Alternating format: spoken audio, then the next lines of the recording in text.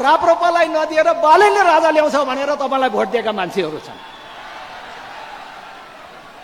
अघि सिकेजी भन्दै हुनुहुन्थ्यो यो तपाईहरुले पाएको भोटमा मेरो जनमत पार्टीको पनि भोट छ भन्दै हुनुहुन्थ्यो। तपाईहरुलाई थाहा छ, प्रधानमन्त्रीजीलाई थाहा छ होला, सभापतिजीलाई थाहा छ होला, यो भोटमा नेपालमा राजा चाहिन्छ भन्नेहरूको भोट पनि छ तपाईहरुलाई।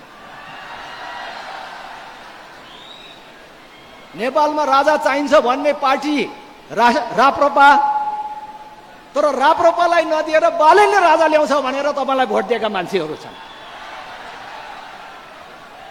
त्यसकारण तपाईहरुको विशिष्ट जिम्मेवारी छ। तपाईहरुले जनताको यो विशिष्ट चाहनालाई सम्बोधन गर्नुपर्नेछ।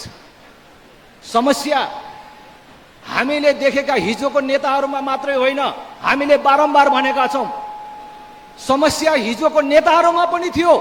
त्यसैले जनताले उनीहरूलाई बढारे। तर समस्या नेतामा मात्र होइन, उनीहरूले ल्याएको संविधान र संवैधानिक व्यवस्थामा पनि छ। त्यसकारण यो संविधानमा परिवर्तन र सुधार नगरिकन, देशमा एउटा राष्ट्रिय सहमति निर्माण नगरिकन देशले लिक पक्रिदैन।